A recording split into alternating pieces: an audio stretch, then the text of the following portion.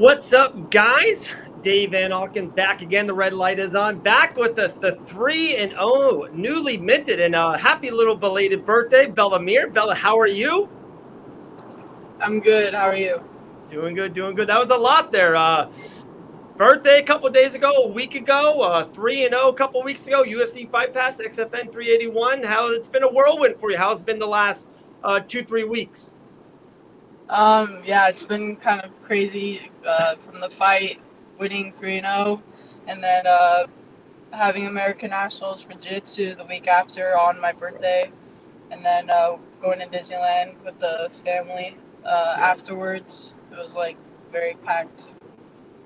I'll get to Disney in a second. I promise. But I do want to stick in the cage. 3-0. You know, I talked to you before Icon. You know, the first and the second one, your 2 pro wins, and now this is third. Any difference? Are you just thinking you're a total different fighter? How about the pressure from the first one from your debut to now being 3-0? How are you feeling? You know, mixed martial artist and becoming 3-0 now. Definitely. I feel like I have gained a lot more like technique with like striking, and my jiu-jitsu got so much better from like the first fight. And I mean, the nerves and pressure, I don't think that'll ever go away. That always will still be there, but with like technique and, you know, being better as like all-around fighter, I feel like I got so much better. That's great. That's scary. That's scary because a lot of people are like, you got to watch out now, you know. Of course, you know, the first time you and I ever talked a year and a half ago, you know, that world pressure came up. Now being 3-0, and of course, every post-conference and press and all this stuff always talks about your dad. I think you even posted a picture on your socials about like you guys both had like an ankle lock or a knee bar, like the same kind of way. Is it crazy? Does it ever get, I don't want to say the word normal, but does it ever get too much, or does it ever get like, yeah, this is just another day in my life. This is kind of my story. I don't really ever like think about that, but I mean, yeah, I guess like it's weird that like I'm taking on like the same path as dad. But I mean, I feel like it's not only am I taking the same path as dad, but I'm taking the path that was meant for me, and it's just that, yeah, it feels like it's normal to me to be training every day, and what I'm working for right now. Very cool, very cool. All right, you know, like I said, we'll get to Disney. That's next. Tell me about the whole Iowa wrestling commit. Someone to like a layman, like me, you know, and we've talked now for a little bit, and you know, and I know you're in Dana's office, and you're like going to the UFC one day, and you're like, there's no rush, so on and so on. Does this mean now if you go to Iowa, right? And I would assume going for 3 or 4 years, you know, graduating to Iowa, does that make like your MMA career? Does that put it on pause? Or can you still do both? How does that work? So basically, I am actually able to fight while I'm in college. Me and Dad, we've been talking about just fighting in the summer, like after wrestling season, or just taking 4 years off and just fighting after. We don't really know yet, but yeah, I am able to fight while I'm in college. NCAA rules now, you are allowed to get paid in college. Like, it's the same as if an NFL guy still wants to play college baseball. 2 completely different sports, and you're not getting paid. I'm not getting paid for wrestling. I'm getting paid for MMA, so it's allowed. And also, like, Bella, I assume now the world has changed since the last time you and I talked about the NIL deals. Like, I assume like you can even get paid NIL deals from Iowa to wrestle, right? Is that off base, or is that the correct way to talk about it? No, that's right. So as long as like I tell my athletic advisor, you know, this person sponsoring me for wrestling season, or this, I'm getting money for this, it's, as long as I'm like talking to them like what I'm getting paid for, yeah, I'm allowed to get paid for wrestling. Gosh, that's crazy. That's awesome. That's good for you, Bill. Okay, so you're saying to me 4 years from now, you know, the fall or the spring maybe of 2027, 2026, whenever that is, you could, in a 1 week span, you literally could get your diploma from Iowa and you could also have a fight that Saturday night for the UFC. Like that could happen 4 years from now. I mean, yeah, I guess that could happen. I don't know if that would happen, but yeah, technically, yeah. Oh my gosh, that's awesome. That's crazy. That's crazy. All right, tell us about Disney. I know the family and you guys love going to Disney. When you guys went to Orlando, we almost got together and all that. And I know you guys stayed on the West Coast this time.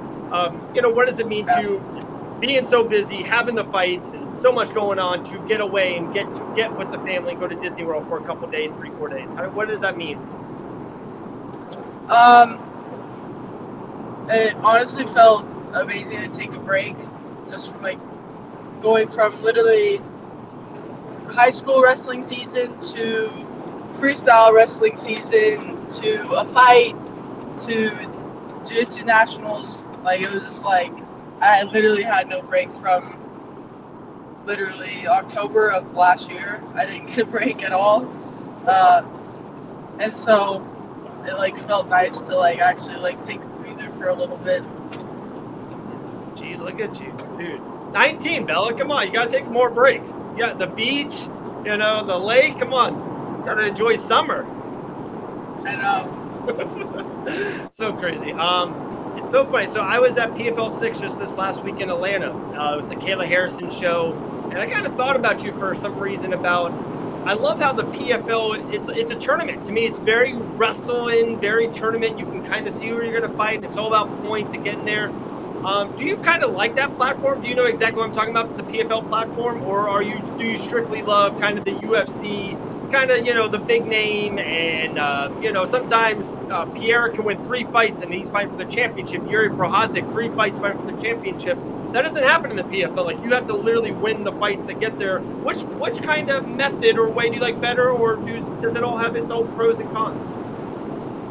I mean, I feel like they both are really good for, you know, getting to the top. But I actually like how the PFL has the tournament because you don't get to avoid good people to get the belt. Like, you know, you have to fight every single person that made it to the good rounds to get the belt. And I think that's actually, like, really cool.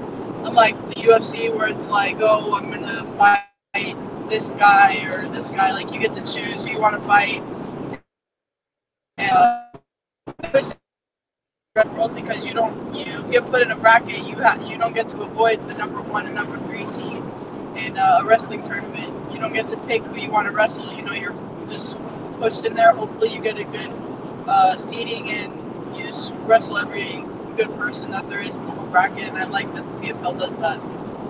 Yeah, me too. It's there's something very, you know, unique and kind of, to me, like very wrestling based. It's you know, you kind of see your competition and there's just no getting around the best. The best fights the best, and you know, the best of that weight class usually takes it. Last time also we talked, the female, you know, the hierarchy in the females in the UFC is a lot different. Amanda was champ, and Rose Namajunas was still the champion. You know, one of the world's craziest fights, the Rose to Carla, and Juliana beat Amanda.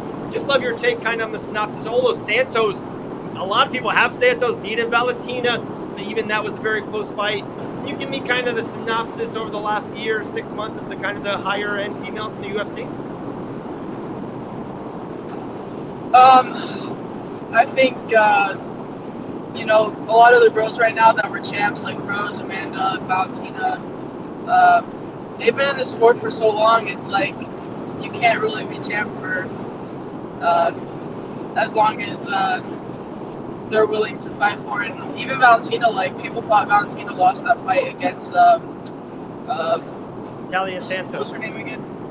Yeah, Santos. And I mean, I thought she lost that fight too. But I mean, it was just like throw a coin in the air and whoever lands on it. And then Amanda, I was actually there at the fights when Amanda lost. I was sitting next to Dana, and we were talking about Amanda, and we were like, oh, she's gonna kill Juliana, like it's not even gonna be close. And the first round, like Amanda like was crushing her, like it wasn't even close. And then I have no idea what happened. Like maybe she just got overconfident, or Juliana was just like I'm not about to lose this fight, or I don't even know what happened. But she just tapped to not even a choke, like it was on her face, and with no hooks in either. I was like, God, that's not good. Yeah. So, okay, that's crazy. So you were there and you were kind of speaking with Dana a little bit during that fight or prior to that fight happening? Yeah, I was there literally first row, sitting there. I was like, oh, this will be like the first, like, Amanda, like, killing I'll get to see, like, cause I never gone to her fights in person, so I was like, oh, I'm finally gonna see someone she kills in person. And I was like, oh God, it must be like bad luck for her or something. That's crazy. That's crazy. Kind of a hypothetical question, just because I've been watching it on Tuesday nights. ESPN Plus, The Ultimate Fighter show, very popular show. There's actually a female bracket going on right now. I'm also a huge fan of Dana White Contender Series. There's rumors out there that Bo Nickel, Penn State Bo Nickel, will be on the Contender Series this August. And of course, some fighters like Yuri goes, they fight somewhere else and then they come to UFC. If Bellamir fights in the UFC a year from now, 5 years from now, 6 years from now, what is kind of one of those wavelengths that you would like to go through? Would you like to try the Ultimate Fighter or the Contender, or would you love to be like, okay, like, it would be cool. I want to be on UFC 315. I just want to be right in. No, I feel like the plan is, like, get to like 10-0 or something like that, and then just go straight into a UFC card. No Ultimate Fighter. My dad would kill me if I did that. Maybe Contender Series. Maybe Contender Series. I don't know yet. Dad and Mom kind of decide everything. Right. Have you seen Bo Nickel? Have you been watching his stuff lately? He's everywhere right now. Oh yeah, I watched his fights, and Malky's his manager and mine actually, and Malky was just over at the house and just telling me what Bo's plans are, and telling me, if he's going to Contender Series or if he's staying at Icon, and he told me all, like, the contracts he signed, and he's like, I feel like he'll be the next middleweight champ in the UFC. I really think he'll be Izzy if he gets this. If he has somewhat kind of striking. I mean, Bo's one of the best wrestlers in the world. I mean, he's only lost to David Taylor at the Olympic trials, and David Taylor is an Olympic gold medalist. And yeah, I don't know Izzy's wrestling background, but I know it's definitely not even as close to Bo's. Yeah, it is crazy to say that. I agree with you there too. Like, Izzy's kryptonite is Bo Nickel. Like, that's like the worst possible matchup if that does happen one day into fruition. I'll let you go in a second. So Bella, if you weren't talking to guys like me, and if you're just driving like what are you listening to? What are you listening to? Music? Are you listening to other podcasts? Are you listening to shows? What are you listening to? Definitely listening to music. Because I'm actually going to practice right now. Right. And I always listen to music before practice. Unless I'm, like, watching, like, if I'm binge watching a Netflix show, I'll be watching, like, Netflix while I'm driving. Okay. Well, don't tell the cops that. We won't tell the cops that. But Jan, what's your go-to song right now? What's the trend song that you're listening to?